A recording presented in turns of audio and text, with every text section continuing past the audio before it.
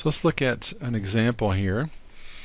Let's say that you buy a basket of goods, including Kentucky Fried Chicken, a very popular restaurant in China.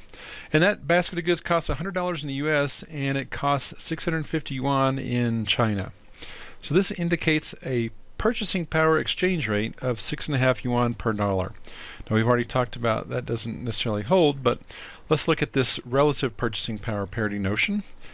Let's assume that inflation is running at 10% in China and 2% in the US.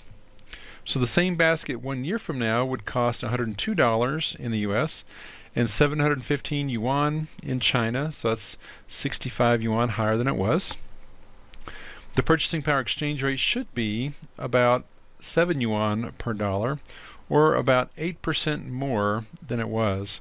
And if you do the exact math, it turns out to be 7.84%. So the notion here is that the yuan should depreciate by about 8% based on the price level changes.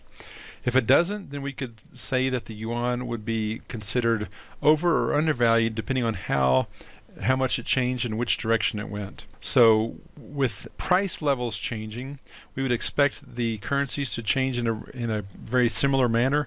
If they don't, then we've got some relative pricing differences or relative currency pricing differences that we might could take advantage of, or it indicates that it's undervalued and going to be climbing in value over time, or that it's overvalued and will be depreciating in value over time, to come back to this notion of parity. All right, let's move on to the idea of having an overvalued or an undervalued currency. There are positives and negatives. It's not unambiguous which of these is preferable, which is better. It depends kind of on the situation. It depends on who you are and where you are. So let's think of these four situations here.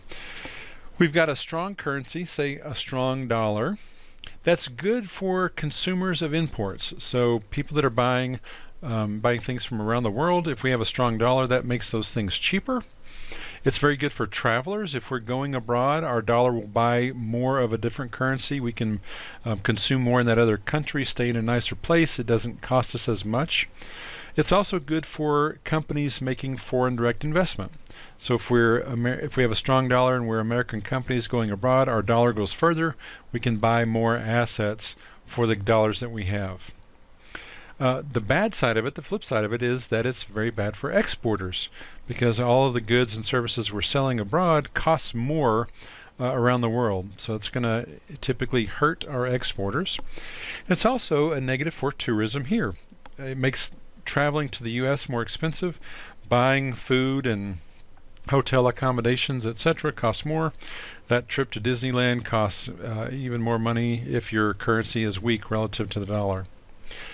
So let's take a look at the other side of things. If we have a weak currency, if, for instance, the dollar is weak or weakening against other currencies around the world, that can be good for exporters because it makes our goods cheaper around the world.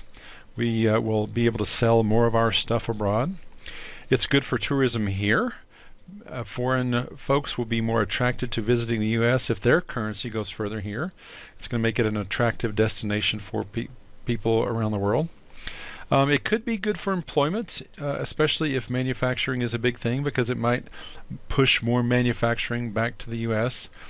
And then on the flip side of things, a weak currency, where is it bad? Well, if you're buying things from other countries, it's going to become more expensive for you to do that. If we really want to have a a foreign car, a Volkswagen, everything else being equal, it's going to cost more. Of course, Volkswagens are manufactured here, so that may not be the best example. But it also not only makes buying imports more expensive, but it also means that it's more expensive to travel abroad. So if you want to travel over to Europe, it's going to cost you much more to live there, stay there, eat there, than if you had a stronger currency. So there's good and bad for currencies, for the strength of currencies. Depends on your situation, your point of view, who you are, where you're from, and what you're consuming. All right, let's take a look at the Fisher effect and the international Fisher effect in the next slide. So the Fisher effect is just simply a relationship between the nominal interest rate and the real interest rate. So it kind of takes into account the adjustment for inflation.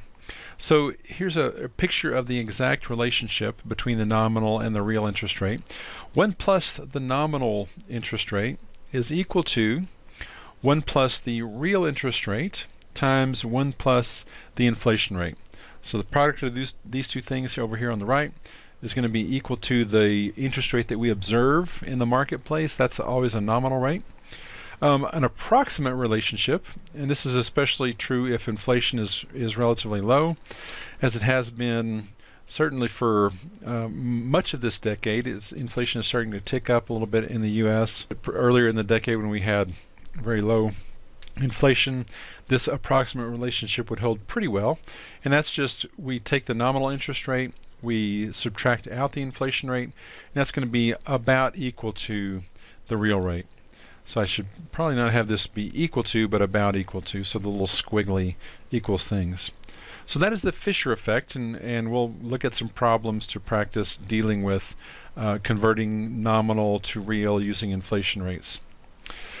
The international Fisher effect, on the other hand, points to some possible changes in exchange rates. So let's look at this first bullet point here. If real rates are the same across borders, and by the way, money can flow very easily as long as there's no big capital controls. Money will move to kind of the best opportunities around the globe. So if real rates of return are the same across borders, then the international Fisher effect suggests that the difference in the nominal interest rates between countries reflects the expected change in the exchange rates.